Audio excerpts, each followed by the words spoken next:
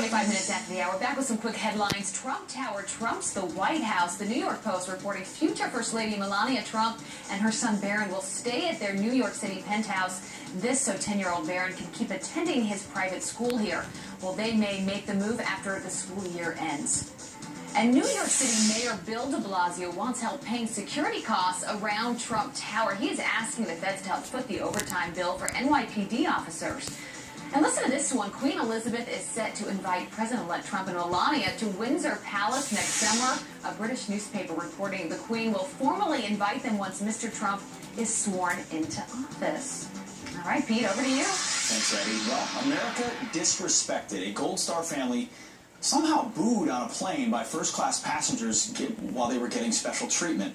This, as the Vice President-elect is booed and lectured on Broadway. So why are we seeing so many patriots unfortunately being disrespected? We're going to answer that question. Joining me now, retired Marine Corps Captain Katie Horgan, retired Marine Corps Infantryman and New York Assemblyman Kieran Lawler, and former Air Force Officer Stephen Alfazi. Thank you all for joining. I think before we jump into this, we were all thumbs up on James Mattis, right? Absolutely. Universal. Okay, just had to get that one out there. You need Senate confirmation after you get it. That's right. He got veteran panel confirmation right here. Stephen, but this is surprising to a lot of people. Why would we see this kind of reaction on a plane? Well, unfortunately, I think, I'm going to give the benefit of the doubt. There are some elites in first class who show they have no class. But if they didn't understand what it means to be a Gold Star family, well, then sit there and be quiet.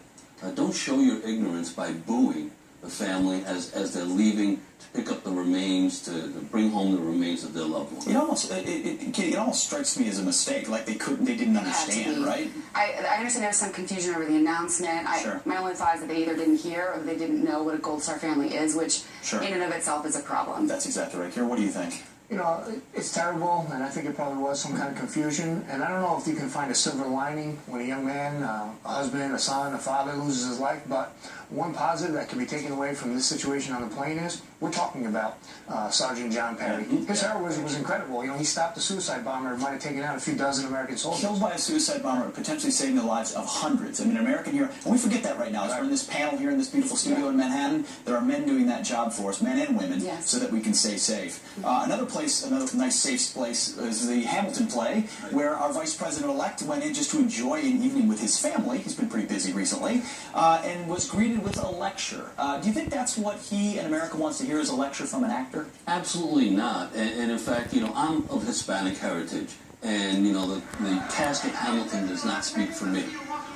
It's an American hero. And we forget that right now. As we're in this panel here in this beautiful studio in Manhattan, there are men doing that job for us, men and women, so that we can stay safe. Another place